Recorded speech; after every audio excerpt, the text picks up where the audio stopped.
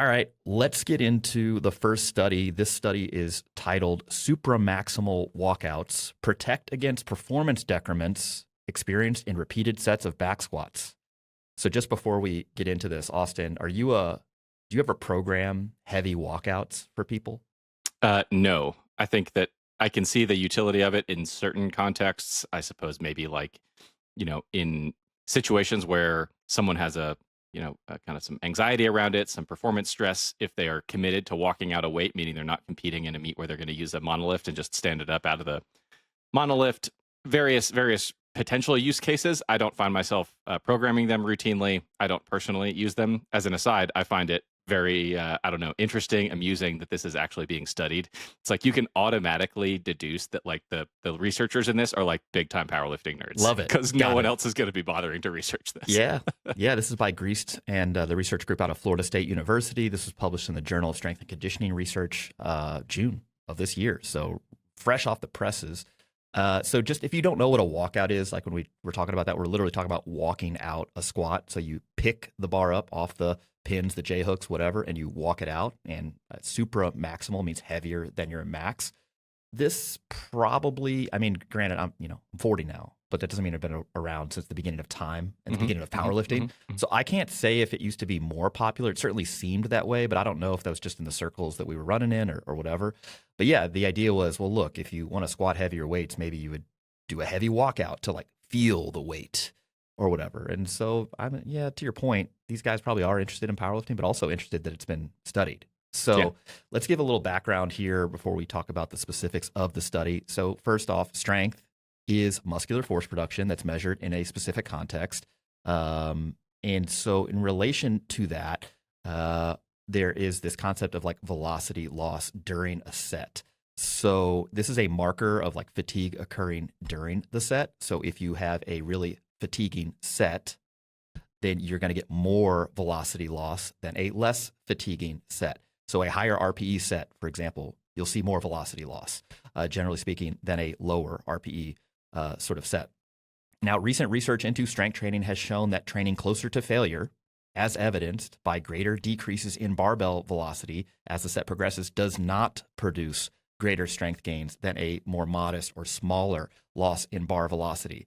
And in fact, the opposite has been kind of shown. So for our strength-focused training programs, the way that we coach or whatever, we tend to favor less velocity loss and therefore lower RPE training. So that low fatigue type of setup.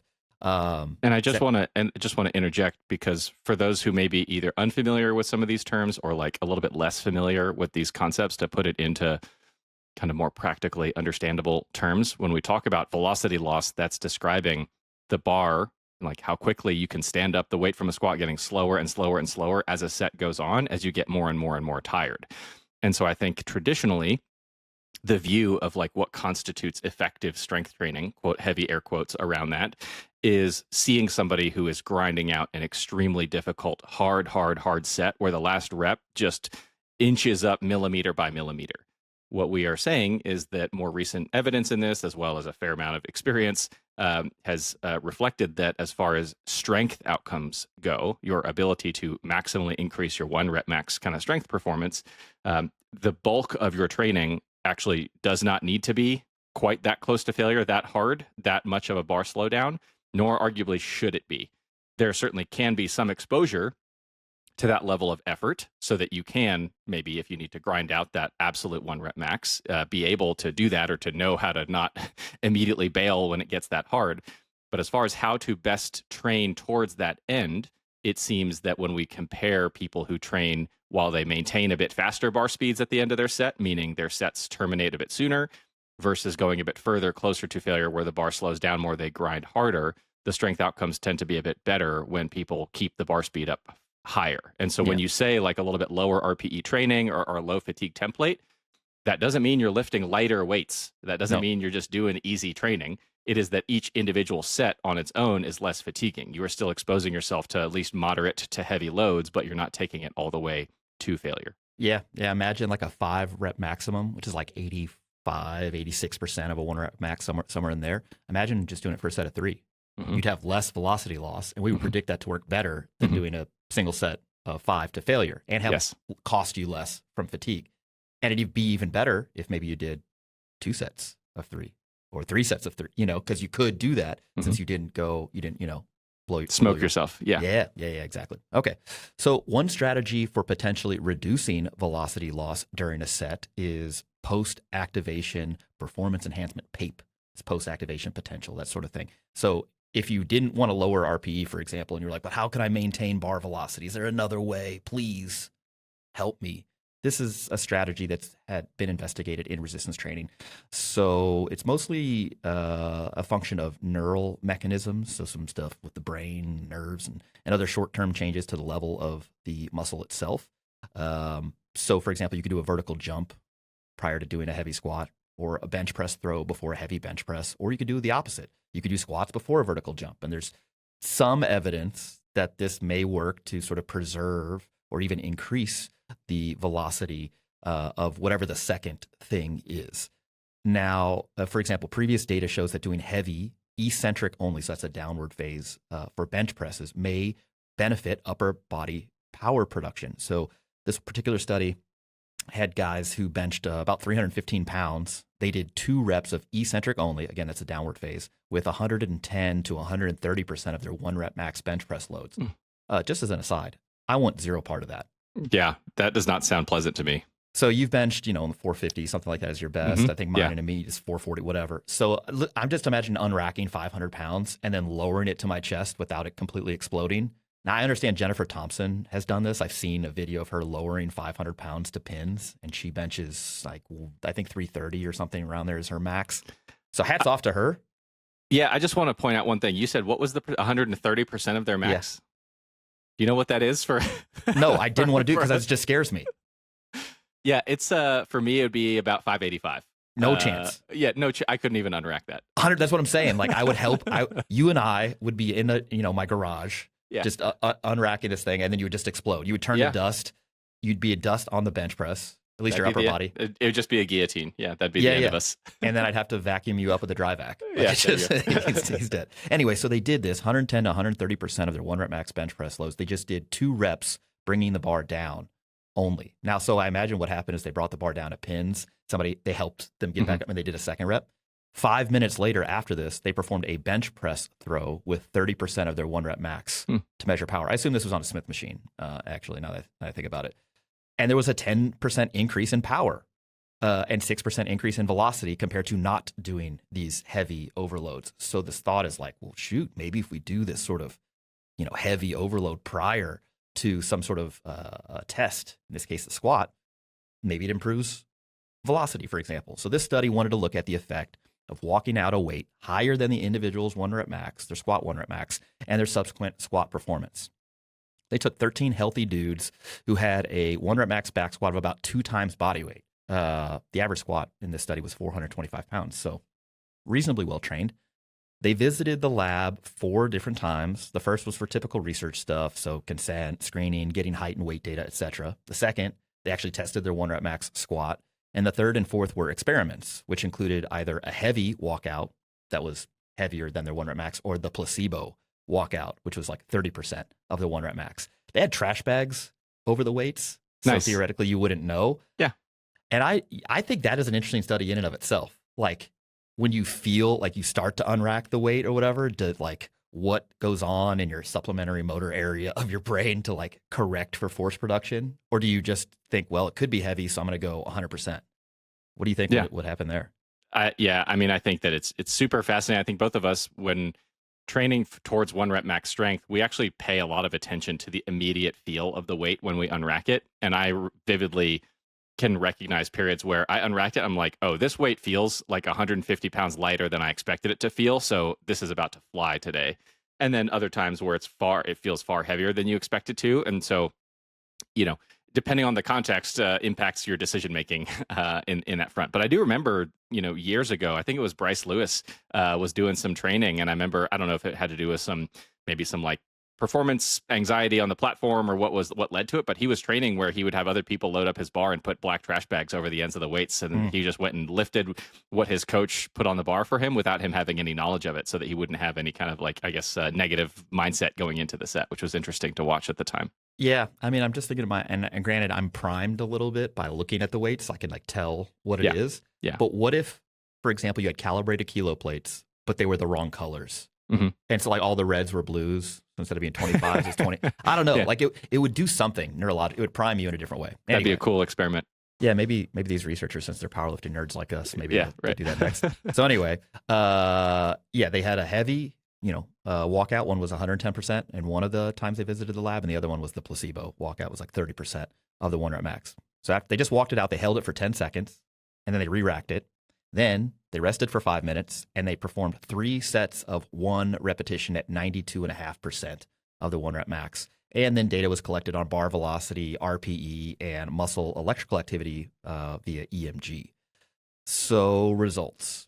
For both the light and heavy walkouts, power and velocity tended to decrease in the sets performed after the walkouts. No surprise there. You're just lifting heavy weights over and over again. Some fatigue is going to occur. RPE also tended to increase in both groups across the sets. However, the decrease in average power and bar velocity were slightly less in the group who did the heavy walkout, and the increase in RPE was also slightly less. Now, this mostly pertained to the very first set after the heavy walkout, and these changes, while statistically significant, were relatively small. I'm not going to bother reading you the numbers because they would be meaningless. You'd be like, dude, that's just numbers. I don't know what to make of that. I'm telling you, though, like, they're not impressive. Mm-hmm. So then there were also no differences in electrical activity in the muscles as measured by EMG. So to summarize, this study looked at doing a heavy walkout prior to some heavy single repetition squat sets, and it may preserve bar speed and reduce RPE slightly in the very next set. However, the effect does not appear to be very big, and we're talking about like less than a half point in RPE difference. And there were no differences in muscle electrical activity between the heavy and light walkout groups. And the preservation of velocity was also what I would consider to be like an artifact, potentially. It's just not big enough for you to be like, wow. And to me, this is not particularly strong evidence of a benefit from heavy walkouts on or short-term performance, for one, because statistical significance does not equal clinically significant. In this case, the clinic is the gym. And so the numbers are just too small for me to believe they're either real or meaningful, certainly. Mm-hmm. It's also difficult to imagine that these small differences, again, limited to the first back off set, would actually lead to better results long term, meaning like someone gains more strength or gains more muscle mass or whatever. It just seems like kind of an interesting finding in a small group that's ultimately like a shoulder shrug. Like, I don't even know that this is real. What do you make of this? Yeah, deeply unimpressed as well. I wonder, like, if you compared it with like have a different group that doesn't do the walkouts beforehand, but instead you just like hype them up before they're set. Yeah, like that would probably have, or like play them their favorite song, give them a trap slap. Just and I think that's part of the takeaway is that a lot of this is kind of subjective, individual preference based types of things that work for certain people from a performance standpoint in terms of like pre-exercise rituals and various other kind of things that if somebody tells me, gosh, when I do a heavy walkout before my set, I feel like Superman going into it. I'm like, cool. Like, who am I to argue with it? I'm not going to go out of my way to use this ahead of time for people, unless I think my persistent use case for this is like somebody who sucks at walking out a heavy weight. Yes. Like then it's practice. Just practicing that skill rather than aiming to use it to improve performance on a subsequent squat set. I'd rather just like, I don't know, yell at them a little bit more during their set to like try harder, or like tell them to, try to throw the bar off their back when they stand up out of the bottom. And I bet that would actually have a bigger impact on bar speed than just like holding a heavier weight beforehand. Yeah, I agree. It's personal preference for barbell sport athletes. Like if you're a power lifter, for example, this is just, and you prefer doing this, I think it's fine. I'd be more interested to know, like, even if you didn't hype people up, even if you didn't trap slap, even if you didn't play their preferred song, what about just resting more? Sure. Like, I assume there's some level of fatigue from the heavy walkout. Yeah. And even some from maybe the placebo walkouts. What about just like hanging out? Yeah. Or like visualizing you moving a weight quickly during your rest period. A lot of like, I'm a bigger fan of that arguably than some of these other things. Yeah. I prefer for power lifters, if they're going to do a walkout, it's practice. They're learning how to pick the weight up, walk it out or whatever, and stabilize the weight. If that's something that they struggle with, like if you prefer somebody to take like 2 to 3 steps out of the rack, but if they take like a dozen, you're like, okay, we should practice this maybe. For Olympic weightlifting, I like the front front squat rack holds, but that's more of an isometric, like strengthening exercise for them to be able to hold a heavy weight in the rack position. I think there's probably a better training effect there. For overload work, though, I think actual heavy eccentric work is beneficial, and I program that regularly. Now, most people don't have access to like weight releasers, like the stuff that actually comes off the bar when you hit the ground. I've had those before. They're cool, but gosh, what a pain in the ass. Very cumbersome. With. Totally. Yeah. Also, like, maybe I'll try to find this and I'll link it in the show notes. Mike T has this thing. He's in his garage, of course, and he walks out. I think the bar weight was like, it was 770 something or close to 800 or whatever, like on the bar. And then weight releasers, he had like 150 or 135 on each side. And if you've never seen these things, they like hang off the bar and they do oscillate, right? Like a set of chains, but they're not chains. It's a long metal pole with weights on the bottom of it. And so this thing is swinging. Yeah. But to his credit, he goes down to the bottom and the weight releasers pop off and then he stands back up with it. Look, you're stronger eccentrically than you are concentrically by about 20%. So it makes sense. There's some good, decent training effect there. It's just a pain in the butt to use. Chains can work, although it's slightly different because the chains obviously stay on the bar. So I don't know if that's really eccentric overload work. Some partial range of motion work for upper body stuff like floor press, board press can work. Again, it's not the same type of eccentric overload work, but can be useful. I just don't think that heavy walkouts outside of like skill development are super, super useful. Yeah, agreed. For powerlifting. Yep. Yeah.